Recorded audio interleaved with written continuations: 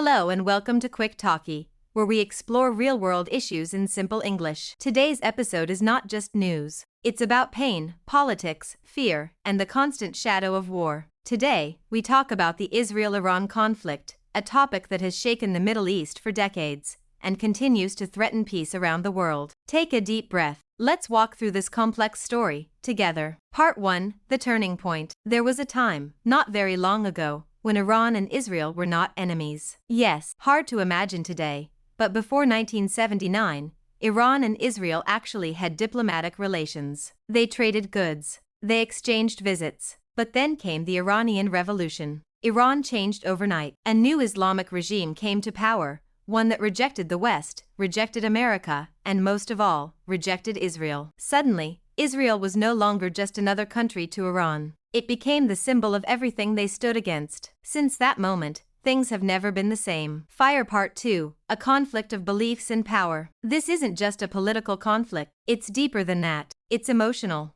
ideological, dangerous. Iran sees itself as the defender of oppressed Muslims, especially the Palestinians. They see Israel not as a legitimate state, but as an occupier, and they are willing to support anyone who fights Israel, no matter the cost. Israel, on the other hand, sees Iran as an existential threat, a country that not only funds its enemies, but speaks openly about its destruction. Imagine living with that constant fear that a powerful country wants you erased from the map. That's the weight Israel carries.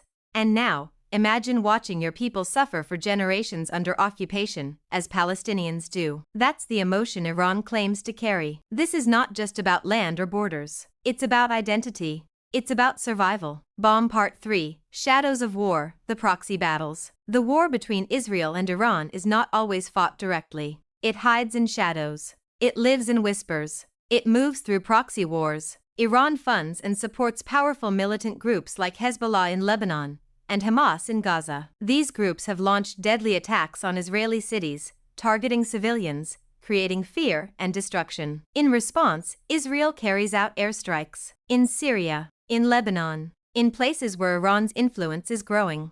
These strikes kill fighters, generals, sometimes civilians. And every time, the world holds its breath, waiting for the next explosion. Because this conflict isn't just about two countries. It pulls in others: Syria, Iraq, the Gulf states, the United States, even Russia. It's a web of hate, fear, politics, and power. Crossed Swords Part 4: The Nuclear Question. Now let's talk about the elephant in the room: nuclear weapons. Iran says its nuclear program is peaceful, but the world doesn't believe that, especially Israel. And who can blame them? Iran continues to enrich uranium past international limits. It blocks inspections. It makes bold statements on TV, warning Israel of final revenge. Israel has warned that it will never allow Iran to build a bomb. Not now. Not ever. So what happens if Iran does? Does Israel strike first? Does Iran respond? What happens to the innocent people caught in between? That fear, that question, hangs like a sword over the Middle East. Globe Showing Europe-Africa Part 5: The 2024 to 2025 Escalation. Let's come to now. The world in 2024 and 2025 is not the same. The war between Israel and Hamas in Gaza brought Iran back into the spotlight. It wasn't just about rockets anymore. It was about influence, messages, warnings. And then came something the world feared for years: direct confrontation. Missiles were fired. Explosions rocked cities. For the first time in decades, Iran and Israel attacked each other openly. And the world watched, holding its breath. How did it not turn into a full-scale war? No one knows for sure.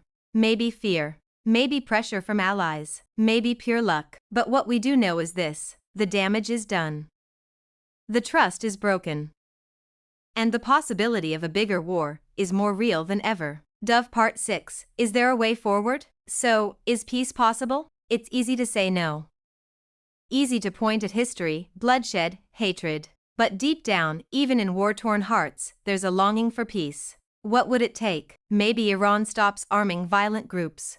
Maybe Israel steps back and listens to the pain of the Palestinians. Maybe both countries realize that the cost of endless war is far greater than the price of peace. But peace is not easy. Peace takes courage. And right now, courage is missing. Studio microphone, outro, soft emotional music fades in. You just heard the story of the Israel-Iran conflict, not just as headlines, but as humans. as pain, as fear, as history. This has been Quick Talkie, where we turn global issues into honest, simple conversations.